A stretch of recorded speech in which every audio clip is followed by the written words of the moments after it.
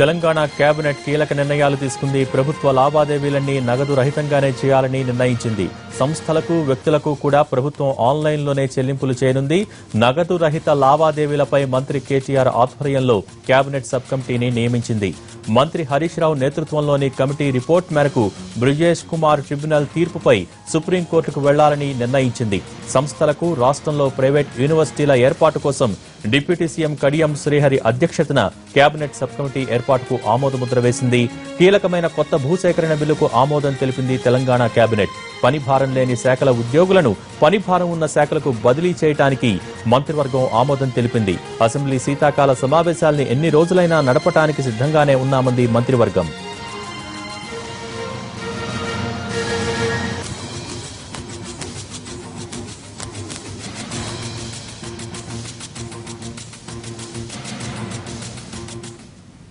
Cabinet నిర్ణయాలకు సంబంధించిన మరింత సమాచారం మా ప్రతినిధి మహేష్ అందిస్తారు. మహేష్, కేబినెట్ భేటీలో తీసుకున్న కీలక నిర్ణయాల సారాంశం ఏంటి? దానికి సంబంధించిన డీటెయిల్స్ ఏంటి పూర్తిగా? రోజు జరిగినటువంటి తెలంగాణ కేబినెట్ సమావేశంలో పలు కీలకమైనటువంటి నిర్ణయాలు తీసుకున్నారు. 3 గంటల పాటు జరిగినటువంటి ఈ భేటీలో పలు అంశాలపైన కూలంకషంగా కేబినెట్ చర్చించింది. అయితే ప్రధానంగా తీసుకున్నట్లయితే ప్రైవేట్ యూనివర్సిటీ బిల్లు తీసుకురావాలని చెప్పేసి తెలంగాణ ప్రభుత్వం భావించింది. అయితే బిల్లుని ఈరోజు ఆమోదించాల్సి ఉన్నప్పటికీ కూడా కొన్ని చిన్న మార్పులు చేయాల్సినటువంటి నేపథ్యంలో ఈ ప్రైవేట్ యూనివర్సిటీ బిల్లుకు సంబంధించినటువంటి తుది రూపుని ఇచ్చేందుకు ప్రైవేటు యూనివర్సిటీలకి ఆమోదం తెలిపేందుకు కేబినెట్ సబ్ కమిటీని కూడా వేయడం జరిగింది. విధి విధానాల రూపకల్పనతో అంటే త్వరలోనే తెలంగాణలో ప్రైవేటు యూనివర్సిటీలు రాబోతున్నాయి. దీనికి సంబంధించి ఆమోద ముద్ర కూడా ఈరోజు కేబినెట్ ఓకే చెప్పినప్పుడు కూడా విధి విధానాల ఖరారు విషయంలో ఉప ముఖ్యమంత్రి కడియం నేతృత్వంలో కంమిటీ వేయడం జరిగింది.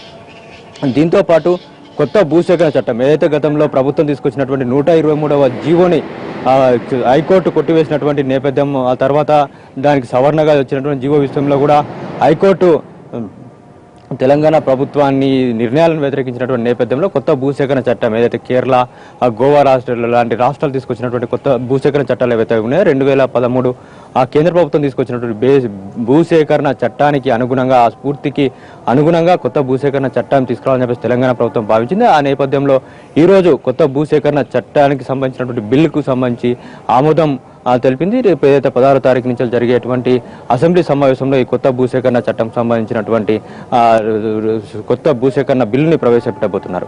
దీంతో పాటు ఇక తెలంగాణలో నగదు రహిత లావాదేవీలను ఇంకా భారీ స్థాయిలో ప్రోత్సహించేందుకు ప్రభుత్వ లావాదేవీలన్నింటినీ కూడా నగదు రహితంగానే ఎవరికైనా ప్రభుత్వం నుండి ఇవ్వాల్సినటువంటి వ్యక్తులకు కానీ, సంస్థలకు కానీ డబ్బులు ఇవ్వాల్సి వస్తే అవి ఆన్లైన్లో చెల్లించాలని, ప్రభుత్వం ఎవరి దగ్గర నుంచి తీసుకోవాల్సి వచ్చినా కూడా వాటిని ఆన్లైన్ నుంచే తీసుకోవాలని చెప్పేసి ఈరోజు జరిగినటువంటి కేబినెట్లో నిర్ణయించడం జరిగింది. అంతేకాకుండా ఆర్టీసీ లాంటి సంస్థల్లో కూడా నగదు అంటే చిల్లరతో ఎక్కువ అవసరాలు ఉన్నటువంటి లావాదేవీలు జరిగేటువంటి ఆర్టీసీ లాంటి సంస్థల్లో కూడా నగదు రహిత లావాదేవీలనే ప్రోత్సహించాలని, అందుకు అనుగుణంగా ఆ టీఎస్ వాలెట్ ఏదైతే తెలంగాణ ప్రభుత్వం రూపొందిస్తుందో దానికి అనుగుణంగా టీఎస్ వాలెట్ను కూడా ఆర్టీసీ లావాదేవీలకు అనుగుణంగా కూడా రూపొందించాలని చెప్పేసి ఈరోజు జరిగినటువంటి కేబినెట్ సమావేశంలో నిర్ణయించారు. అంతేకాకుండా 16వ తేదీ నుంచి జరిగేటువంటి అసెంబ్లీ సమావేశాలు ఏవైతున్నాయో వాటిని ఎన్ని రోజులైనా నడిపేందుకు తాము సిద్ధంగా ఉన్నామన్నటువంటి విషయాన్ని కూడా ఈరోజు జరిగినటువంటి కేబినెట్లో ముఖ్యమంత్రి చెప్పారు.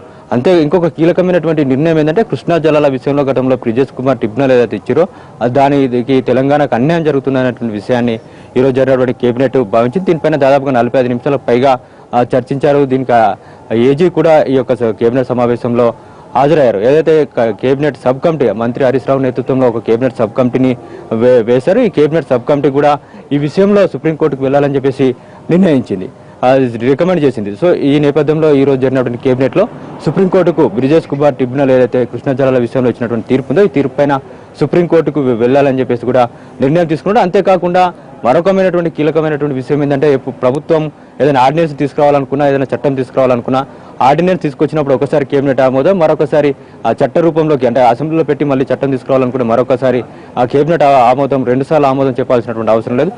కాబట్టి ఇక పైన ఒకసారి కేబినెట్ ఆమోదం తెలిసిన తర్వాత అది ఆర్డినెన్స్ కైనా అది బిల్లుకైనా ఒకసారి కేబినెట్ ఆమోదం తెలిపితే చాలు అనేటువంటి విషయం పైన బిజినెస్ రూల్స్ ని మార్చాలని ఈ రోజు జరిగినటువంటి కేబినెట్లో నిర్ణయించడం జరిగింది. అంతేకాకుండా పనిభారం తక్కువగా ఉన్నటువంటి శాఖ, ఉదాహరణ తీసుకున్నట్లయితే వికలాంగుల శాఖ కానీ, సెరికల్చర్ కానీ, హార్టికల్చర్, కొన్ని జిల్లాల్లో హార్టికల్చర్ లేనటువంటి ఈ శాఖలకు సంబంధించినటువంటి ఉద్యోగులు పని లేకుండా ఉన్నటువంటి, పని తక్కువగా ఉన్నటువంటి నేపథ్యంలో వీరిని పని ఎక్కువ భారం పంచాయతీరాజ్ కానీ, రూరల్ డెవలప్మెంట్ కానీ, సెర్ప్ కానీ, ఇటువంటి కొన్ని శాఖల్లో పనిభారం ఎక్కువగా ఉన్నటువంటి నేపథ్యంలో ఆ శాఖలకి బదిలీ చేయాలని చెప్పేసి కూడా ఈరోజు జరిగినటువంటి ఆ కేబినెట్లో నిర్ణయం తీసుకున్నారు. దీంతో పాటు పలు బిల్లులని, ఏదైతే పోలీస్ కమిషనర్ల ఏర్పాటు కానీ, జిల్లా పునర్విభజన చట్టంలో గతం ఉన్నటువంటి చట్టంలో అమెండ్మెంట్స్ కానీ, వీటితో పాటు మరికొన్ని బిల్లులకు సంబంధించి కూడా ఈ రోజు రాటిఫికేషన్ చేయడం జరిగింది.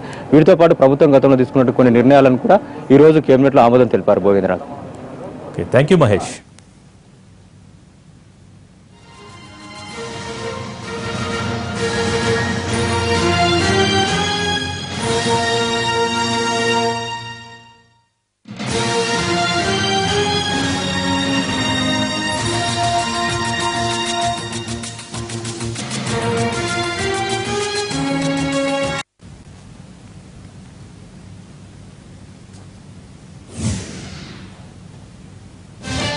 సికింద్రాబాద్ సంగీత్ వద్ద ఓ కారు బీభత్సం సృష్టించింది. కారు నడుపుతున్న వృద్ధుడు పక్కనే వచ్చిన వాహనం గట్టిగా హారన్ ఇవ్వడంతో బ్రేక్ యాక్సిలేటర్ను తొక్కేశాడు. దీంతో కారు వేగంగా దూసుకుపోయింది. 4 వాహనాలను నెట్టేసుకుంటూ ఫుట్పాత్ పై తోపుడు బండిని ఢీకొట్టి ఆగిపోయింది. కారు కింద 2 ద్విచక్ర వాహనదారులు ఇరుక్కుపోయారు. ఈ ఘటనలో 4 టూ వీలర్లు, 1 కారు ధ్వంసం కాగా 5గురికి తీవ్ర గాయాలయ్యాయి.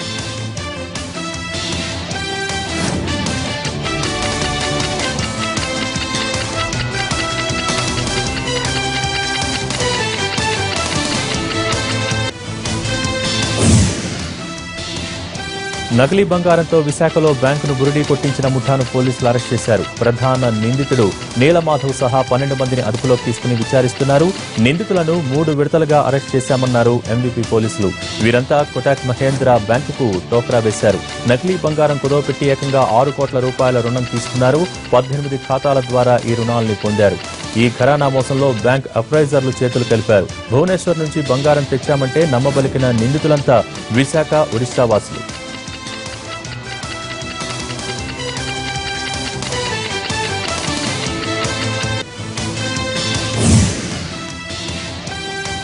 గతంలో చిన్న నోట్లను చిన్నచూపు చూసేవారని, కానీ నవంబర్ 8 తర్వాత పరిస్థితి మారిందని చెప్పారు ప్రధాని మోడీ.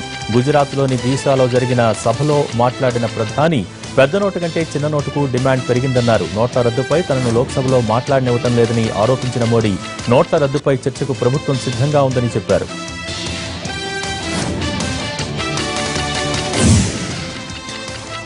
నోట్ల రద్దు తర్వాత పరిణామాలపై ఎంపీ రాయపాటి సాంబశివరావు సంచలన వ్యాఖ్యలు చేశారు.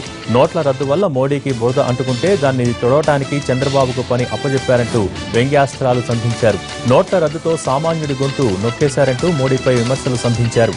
ఈ నోట్ల కష్టాలు ఎప్పటికి తీరుతాయో ఎవరికీ తెలియదన్నారు.